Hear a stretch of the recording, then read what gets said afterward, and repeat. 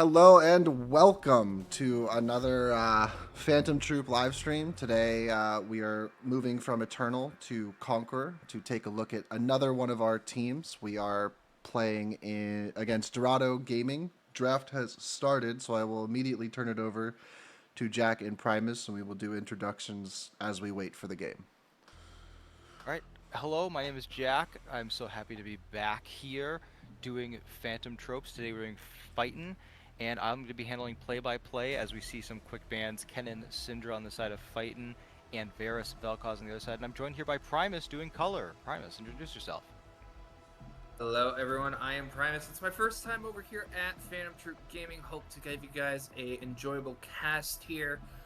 The bands kind of fitting what I expected from my brief research. Vel'Koz, Braum, relatively common bands against Feitan. There we go. I will promise I will have it down by the end of the stream. I'm actually very surprised with Varus and Vel'Koz. Varus I understand because Eggwhites has been spamming Varus in order for it to get banned, but also in order for us to get practice on it. And I guess Vel'Koz is probably a Brutenium special. Yeah, I was going to say Vel'Koz seems like right up Brutenium's alley. Yeah, I 100% agree. When I was looking through the bans that I saw against Phaeton, it was lower down the common ban list against Phaeton, but it definitely was one of the more common bans against them, so seeing it being banned in first phase, not a big surprise, especially given that Dorado did early prior to that Azir, Vel'Koz a commonly known counterpick to Azir. That one does make sense. Yep, works really well in lane, able to outrange the Azir, push him out, not give him that free scale that he wants. I'm surprised to see the Jinx first pick, not because it isn't something Eggwhites can play, but because Aphelios was up and available. And I would think that they want to try and just win these games, but we were talking about earlier, people may be catching on. Maybe you want to get them off the scent. Like, we play Jinx too. You have to be scared of this stuff. As Ivern, Ahri picked to round out that blue side so far, and I like the Ivern pick because it means that you don't have to have an Enchanter bot lane. No, it provides a lot more team comp flexibility, and while Xin Zhao is a fairly strong scrapping jungler, it's not like he can inherently shut down the Ivern on his own, but with the early pick of the Jinx, it does mean that Dorado is secured one of the preeminent picks right now in the patch in that Senna for themselves. Yeah, with the Senna buffs coming in, now having AD Senna back, no longer having the only viable path be that fasting Senna, allows you to do so much damage, and the build path is so incredible. I always talk about the value of not having Black Cleaver on some of these bruiser champs. They can afford to go for some greedier items because the Senna is going to be able to buy that Black Cleaver for them, stack it up so quickly. As Fightin' targeting the support champ pool, while top laners seem to be what Doge is after. Yeah, I would be very surprised to not see a Cassante ban coming in from Dorado. That's one of the most common bans I've seen against Phaeton, unless they look to blind it themselves on R4 here. But no, they're going to go with the cow ban. Yeah, the Alistar has proven to be one of the favorite picks in this meta of engage supports, because you have the ability not only to engage but disengage, gives you a lot of variety, gives you a lot of tank for, not having to actually buy any tank items, but you use that ultimate as Rel will be the selection, in my opinion, is the best engage support at the moment. And pairing that up alongside the Senna gives you a pretty good lane with some kill pressure, and also allows you to protect that Senna quite well out of the laning phase. I entirely agree. I do want to mention it is Phaeton, as in like A-Y. But the Jinx pick actually makes sense to me, a lot of it, because I don't want to give up too much, but not a lot of teams play Aphelios, a lot of teams play Jinx. So seeing as this is now Fearless, and we are officially in a Fearless draft scenario, picking the Jinx now opens up the ability to eventually pick Aphelios later, whereas Doge doesn't really play Aphelios probably. So we get an option there in a future game of this Fearless series to maybe pick the Aphelios. That is a good point. Good to mention, because I had forgotten since we did non-Fearless on Monday. This is Fearless, and the Olaf going to come in alongside the Renata Glask. I had the privilege last night of casting a game with an Olaf top, and it was Olaf top Shen jungle. It was disgusting because Olaf goes unstoppable, and as soon as they think they've got him dead, the Stand United comes in and keeps him alive, and if you don't kill him, it's a 2v2 all of a sudden. So I think Olaf is a good takeaway because it makes Jinx life very difficult. But the Camille coming to answer, going to win the lane early on, but have to really rely on that burst damage to sustain throughout the laning phase. Your main objective is to facilitate your team, not the other way around. So having somebody that likes playing the Ivern, likes playing stuff like Sejuani and stuff like that is very fucking nice to draft around, because then we get to have the Olaf top, the hyper carry Jinx. I mean, you just get to play around that instead of picking something like Ahri would be something that you'd pick with something like aggressive, like Viari is like a common thing, but you can also pick that with something, a facilitative type jungler, and then just kind of like Giga, Yep, It's absolutely. like the same thing. Plus she's also like super pretty, so it's like W. Like Iron's a tree. Yeah, nature's So beautiful. having like a tree and a pretty woman on the same team, like how do you lose? I love having Moons on the cast. This is great. So just something we had talked about before you got here as we're getting into the game, doing level 1 stuff, is we talked about the philosophy behind the Jinx early pick when Aphelios was available. Just kind of what was your take on that? Because we brought up a couple points, both for and against it, and I just kind of wanted to pick your brain on what your thought process behind it was. What did you just ask? Why we picked Jinx over Aphelios. Oh, it's a contested pick. This guy's got like 90,000 games on Jinx, so because our ADC is like a 2-trick, we can pick the prettier option. That way we just like guaranteed win game 1. These guys usually like to lose game 1 anyway, so it's like 50-50. We either take their pick and then lose with it, but they can't take it, and then we just go next 2 games, we reverse sweep. I'm stunned that they tried to contest that level 2 with Senarel into Renata Jinx, that they tried it, and because they failed, luckily for them it's a Senna lane, so you don't have to be too worried when you get low. You can queue back up, and they chugged all their pots already. But I mean, Eggwhites and Kingmaker have them exactly where they want them at this early point in the game, as Ivern clearing way ahead of Xin Zhao right now. Xin Zhao just getting started on that bottom quadrant, whereas Ivern is looking to try and make a play bottom side. There is a good lane ward available, so maybe just trying to make the most of his time before those Scuttle Crabs spawn. He might be looking for Dorado's bot lane here to look for an engage and look to punish the engage play.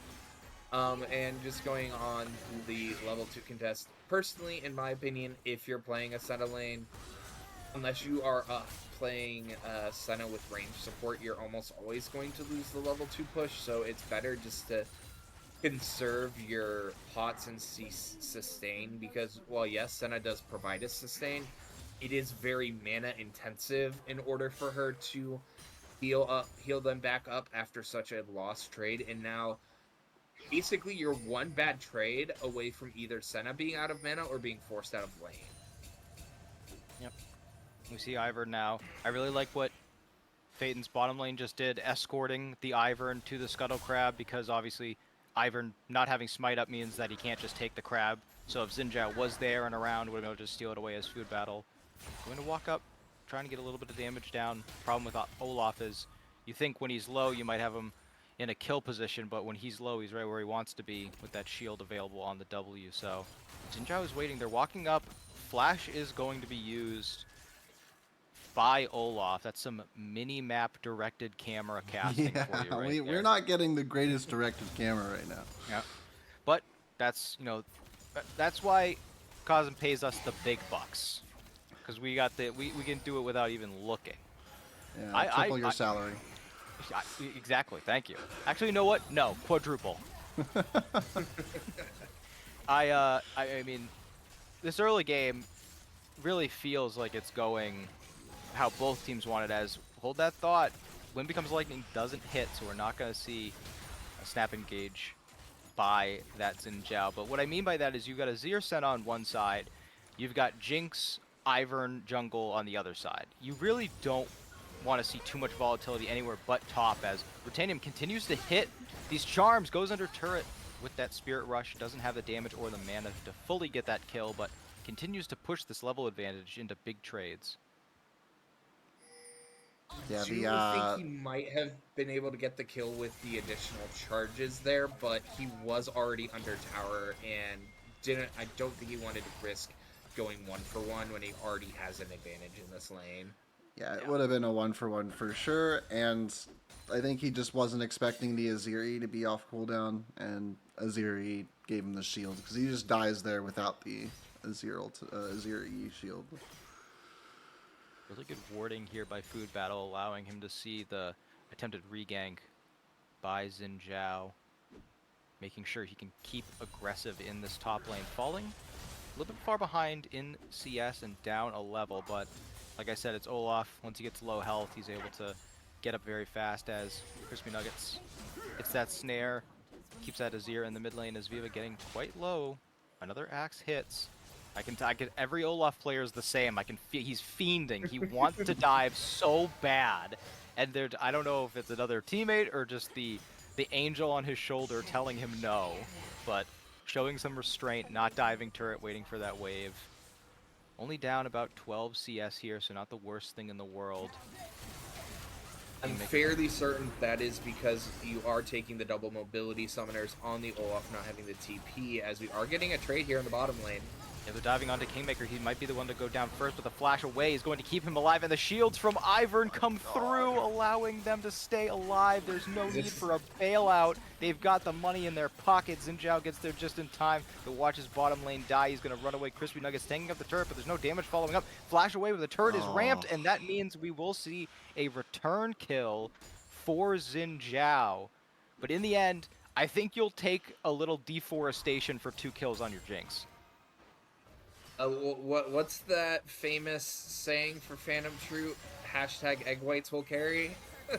I mean, that's the title of our Twitch stream. Hashtag Eggwhites will carry. If you believe in that, that's exactly how you want to play that out. Like, sure, losing Crispy on that dive sucks, but I mean, you're trading gold on a Xin Zhao for gold on a Jinx. I think I'll take the Jinx gold any day of the week. I mean, look, he's got BF Sword and Berserker's Greaves already completed. And when you pair Jinx with champions that can facilitate and keep her going, the amount of damage this champ does early is quite surprising. I feel like people think Jinx is only a scaling pick and that it's akin to like a Sivir where it's useless until it gets scaling. But Jinx provides a lot of damage up until that point where it just becomes unstoppable. So going to be hard to deal with. I love what Feitan's done here. Not only getting the lane swap moving to contest and have a better position for the grubs, but also whenever you have a scaling AD carry, I always want to get them out of bot lane and into the mid lane as soon as possible so you can get as much CS and experience onto the champion at the lowest risk. As looks like Exactly, it's a Ragnarok here, just going to die immediately, but they do get the Void Grubs, so there's going to be a chase here. Bailout is put down, and the Chompers are there, stuck in the alcove, but the rest of the team is coming. Azir dashes forward. Crispy Nuggets is in the middle of it. The Hostile Taker is going to hit every single one of them. Shearing Dawn will come through to provide a shield, but it won't be enough. We will see Crispy Nuggets go down again as all 4 members, excluding Spiritless, our top lane, and we're able to make that happen. Spirit Rush forward for Ruthenium hits the charm. But that This is the key. Shroud is going to go down. There's no way that you're going to be able to get that. Snare is there. Spiritless doesn't have a ton of damage. Flash forward, doesn't have the charm, but the pullback on that orb will not land, and the damage won't be there as Spiritless will continue to just farm out a turret.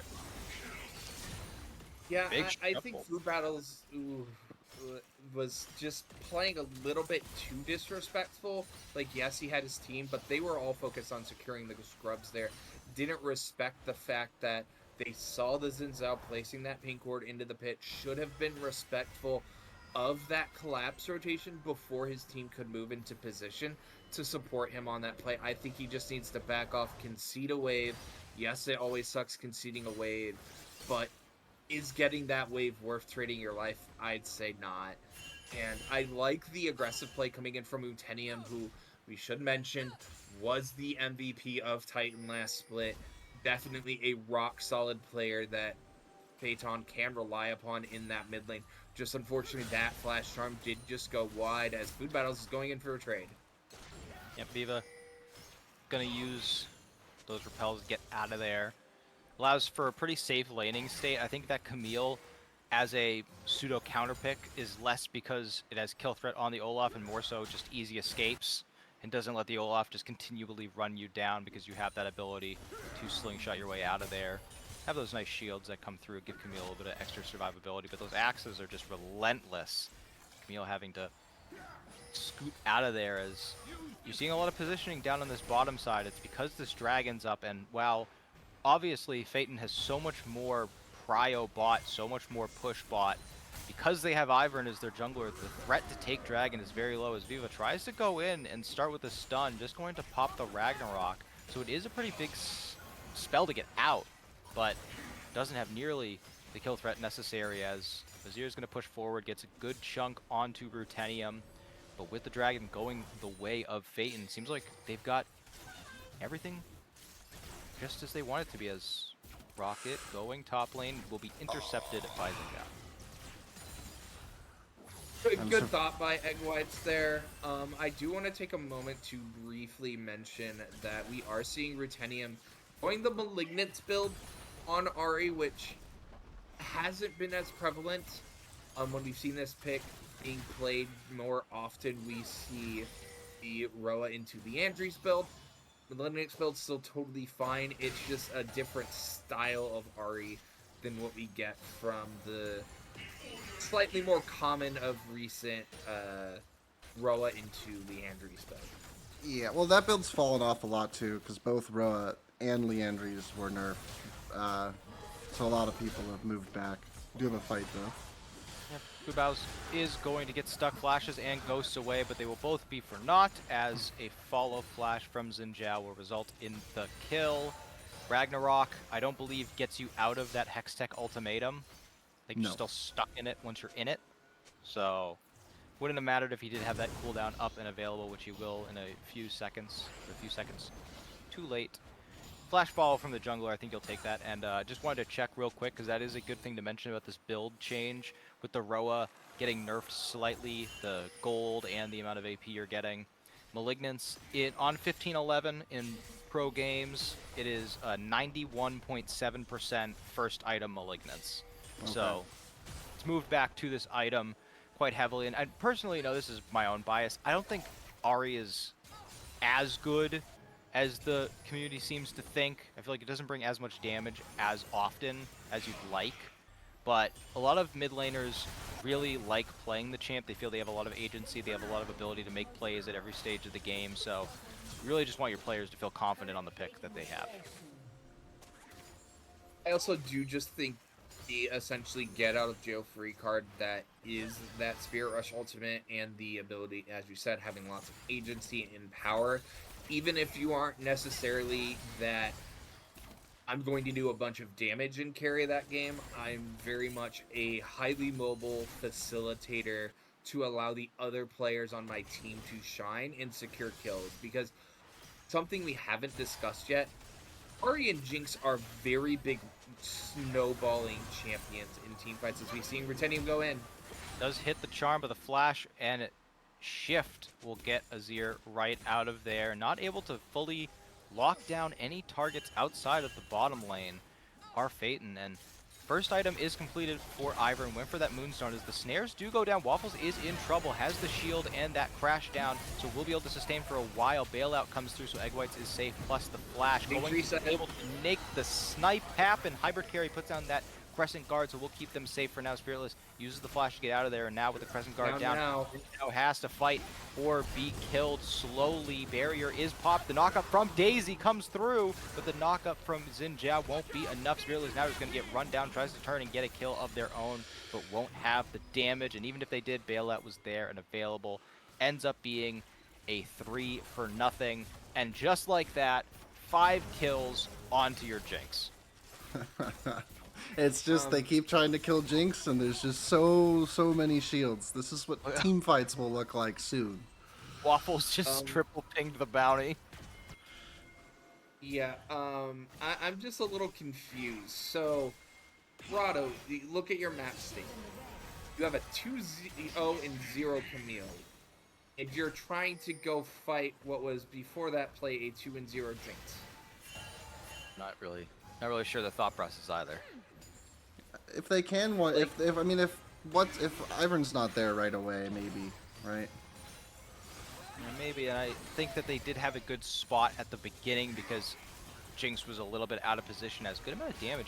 Comes down, Charm lands onto Xin Zhao, going to have to use that Crescent Guard or just die. It's not up, so they just die. And Eggwhites again gets the kill. 26 seconds on the Dragon means that it is almost assuredly going to go over to Phaeton, and that will make them 2 dragons closer to Soul, as the teleport will come through for Azir to return to the mid lane. And just to kind of go back to the point, like, I do understand, like, the thought process if, like, sure, if Ivern's not there, like, that play most likely works out in Dorado's favor. My just concern is that it's a higher risk play to make, because if Ivern's there, you're almost never winning that 3v3. It's just due to the item differences on your AD carries. You're just not going to win that 3v3. So I just felt like it was a higher risk play than what Dorado should have gone for, in my opinion. I like the trade from Dorado to go for Dragon here. They know they can't fight Jinx. They know they can't be anywhere around Jinx. So they just say, okay, you're taking Herald, we're taking Dragon. Yeah, I'm doing a little check right here.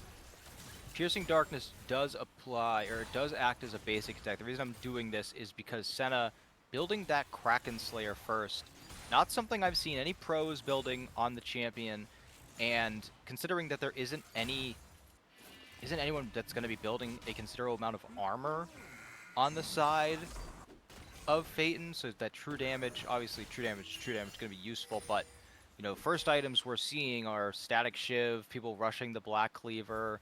You know, I see some people go Yumu's, but I haven't yet seen the Kraken Slayer. I don't think Kraken does true damage anymore. I'm pretty sure it's just bonus physical damage. Well, in that case, I think that's just a sentiment of maybe not playing the champ for a little while, as the charm will land, the hostile takeover will come through, but it doesn't even really matter. It's not about the dealing damage, it's about locking Xin Zhao in place. No time to press that Crescent Guard. Snare won't come through. Daisy's here to start hitting some mittens and running forward. Rutenium's looking for more, but no charm land. Double Daisy knockup into that mega bomb by Jinx. Jinx has all 9 kills. All 9 kills in the pocket of Eggwhites. We asked, and they are delivering a carry performance. And part of what I said about mid laners liking Ahri, we're seeing that, Rutenium proving it, just being able to constantly rush forward, throw out those charms, and hit or miss. It's pushing them so far back, and now great job by Phaeton shifting up to the top side, making sure they're taking down as many standing structures as possible. Exactly. These two towers are worth so much gold here, as Dorado may be a little feisty here. And they have Camille on the track. Down on the bot side, you have these enchanted plants all around, so able to give them movement speed, vision, bigger blast cones, but they aren't going to commit to the chase, and everyone from Phaeton will use those enchanted recalls to get out. Well, I mean, I would love to see a game where I see Eggwhites get every single kill in a game, because I've never seen that, and I don't think I've ever seen any team do that. But man, Ivern and Renata are looking very balanced to this game. Yeah, I agree. I think the only game that I can immediately recall off the top of my head was a game played by, I believe it was Peanut in a professional game where he got like 11 kills in 15 minutes and dropped like a 16 or like a 16 plus kill game on Lee Sin jungle in a pro game, and I'm just this is almost feeling like that, but it's an entirely different style of champion. But just to kind of pivot, look at Dorado. They still have a lot of scaling on their side, and all of Phaeton's gold is on Eggwhites. So if Eggwhites ever dies, it's a lot closer fight than it would appear to be based off the gold lead. It's a 3.8k gold advantage for the Jinx at 20 minutes. Unbelievable. Senna sitting on 50 souls at 20 minutes, so very far behind where they want to be. Looks like they are positioning to get a pick onto Ruthenium. This would be pretty big, but great response by Phaeton. They're pushing that top wave and threatening the inhibitor, and teleport will come out of Ahri to save their lives. So well played by Phaeton under a decent amount of pressure. Only issue for them is with dragons spawning. You don't want to be giving over multiple dragons to the team that is behind. That's really their only way back in, especially when you mentioned that all of the gold is only on one champion. As Eggwhites walks a little bit too far here, could be putting themselves in trouble. Bailout is going to come through, just barely staying alive. The bailout is there, and the redemption is going to be massive. There is going to be a kill coming into Kingmaker. Rel onto that back, and a 1k shutdown goes into the pocket of Senna. Too far, forced up was Phaeton. Ivern will go down as well. Double kill over to Ivern, or Azir, and a 1k shutdown into the pocket of Senna. And that is how you come back into a game. We'll see if it's enough, because a lot of sums were expended from Phaeton too, which is going to be rough for this Baron fight in 3 minutes. We won't have flash on Eggwhites. We won't have flash on Crispy Nugs. We won't have flash on Kingmaker. And every summoner is still available, basically, except for Rel. They're trying to just play keep away right now. They don't want them to be able to walk up onto the dragon, set up vision, but now with a huge numbers advantage, 5 people all here, going to land the charm onto Azir. That's going to be a lot of damage, and forcing out the flash. It's a massive cooldown, as we mentioned, not being on the Azir, but much more mobile a champion than Jinx. So going to be able to live with it a little bit better. Dragon is about to be started. As you're going to flag forward by Ruthenium. Massive charm going to be the kill come down, and that means we are excited. Another kill comes through. And now it's Olaf's turn. Olaf grabs one, so we won't have the complete game from Eggwhites, as they're just charging up autos on the dragon as it was just getting its health back. I mean, I'm so excited I can't even think of the goddamn term. Incredible job here by Eggwhites, not flustered by that almost throw in the top lane. They're going to recollect, get back to the dragon, utilize their strong game state, pushing down the inhibitor. They might be looking for more. 3 members down, or 4 members down, only one available as Camille gets grabbed in, handshake, brings them to their death. And at 23 minutes with 4 members spawning, if they just focus the Nexus, this might just be the game. Bailout hits only 2, but it will buy them some time. No one's hitting the Nexus. We're going to have 1 go down to the Bailout. The heal will not come through in time. Ruthenium is alive. Eggwhites dealing as much damage as they possibly can, but the 3 members are Kingmaker standing alive as the only member. Her hybrid carry is almost going down. No one's hitting the Nexus. Hybrid carry goes in and gets the heal from those 3 auto attacks, getting more healing. The Bailout comes through. No damage available. Oh, we got him! With the Kingmaker! Coming up, Kingmaker, playmaking maker. Oh, my heart. Going to auto the Nexus.